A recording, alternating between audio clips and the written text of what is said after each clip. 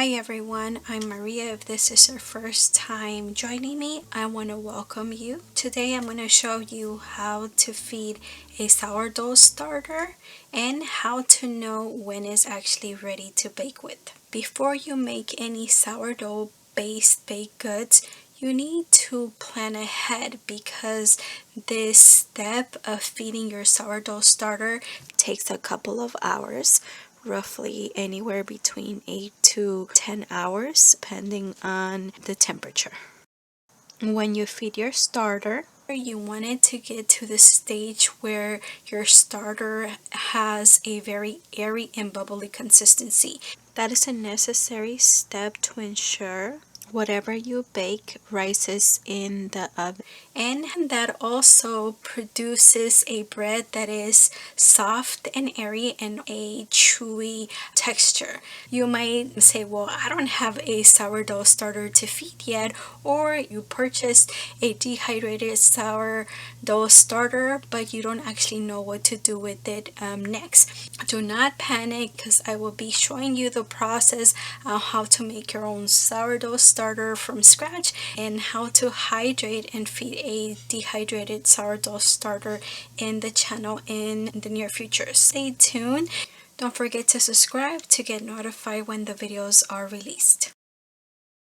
Today I'm going to show you how to feed a sourdough starter and what are the characteristics that it is going to have when it's ready to use in a recipe. You will need a kitchen scale, flour and water of your preference. It doesn't matter what type of flour it is. It could be all-purpose flour, and you can also use tap water. Those will work fine. And then you'll also need your sourdough starter. I usually keep a very small amount of sourdough starter, no more than 1 tablespoon in the fridge, unless I plan to use it in a sourdough discard recipe. Because I keep my sourdough starter in the refrigerator, I feed it usually the night before I plan to bake with it, or if I decide the same day, I make sure to feed the sourdough starter very early in the morning, unless I plan to be baking into the night. So, which I don't usually recommend, because by that time you're gonna probably be very tired. We're gonna go ahead and use our kitchen scale to measure equal amounts of flour and water.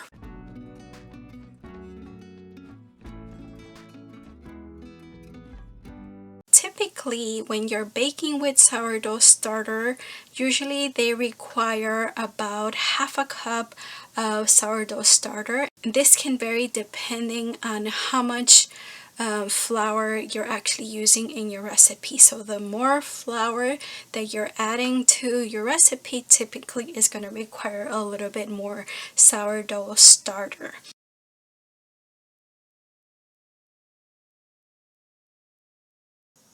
To get about half a cup of sourdough starter with a little bit more to save for later, I usually add between 75 to 80 grams of water and flour.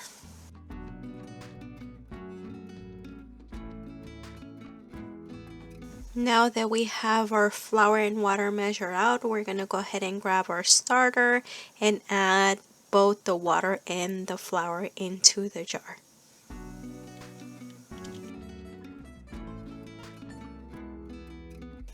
After adding the water and flour to the jar, what we have to do is mix vigorously so that the flour and the water are mixed together and they form this really thick pancake batter-like consistency.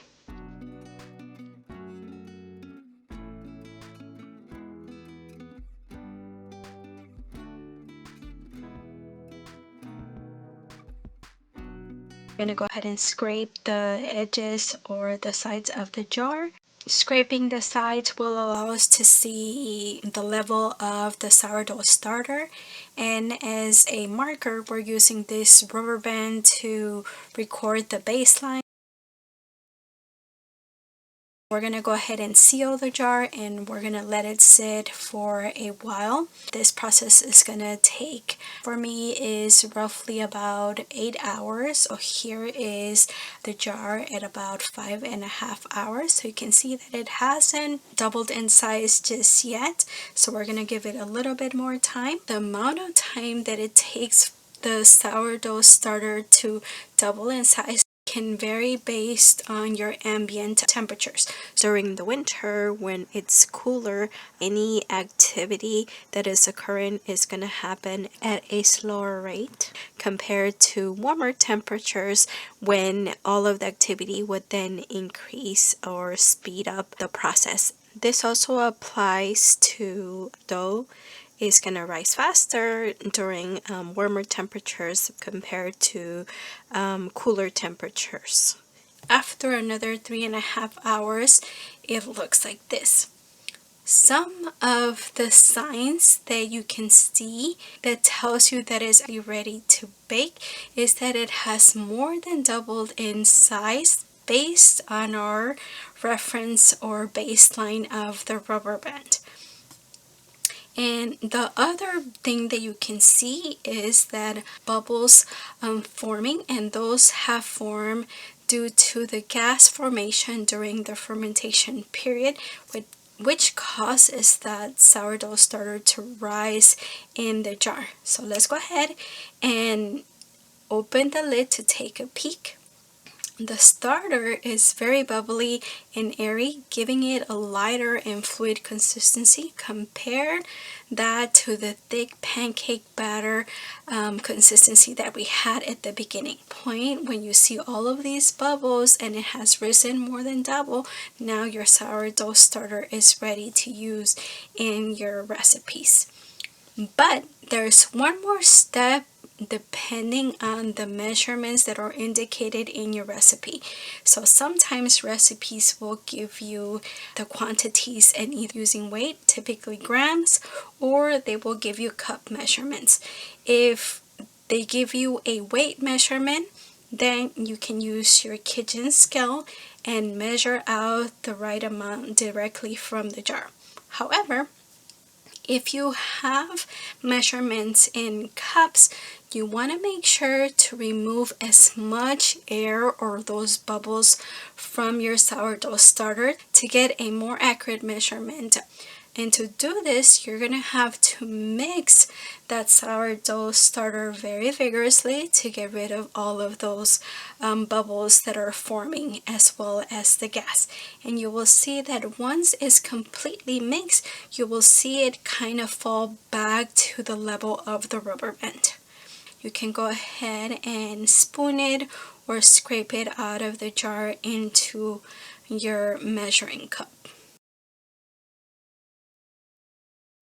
I removed the amount that I needed. So this is how much I have left over in the jar. So I'm going to go ahead and seal the jar and put the sourdough starter in the refrigerator for the next time I'm going to use it. There's a tiny amount that I left behind in the jar, and that should be enough for my next baking project. And at this point, now you can continue following your recipe instructions. For those of you that do not have a sourdough starter or have not tried to bake with it yet, here are some examples of some of the possible baked goods that you could make. I hope that these examples inspire and encourage you to learn a new skill and not to be afraid to try new things. If you have a sourdough starter, tell me what is your favorite thing to make with it. Or if you don't have a sourdough starter just yet, what would be the first recipe that you would try? Go ahead and leave me your response in the comments. Thank you for watching, and I will see you soon.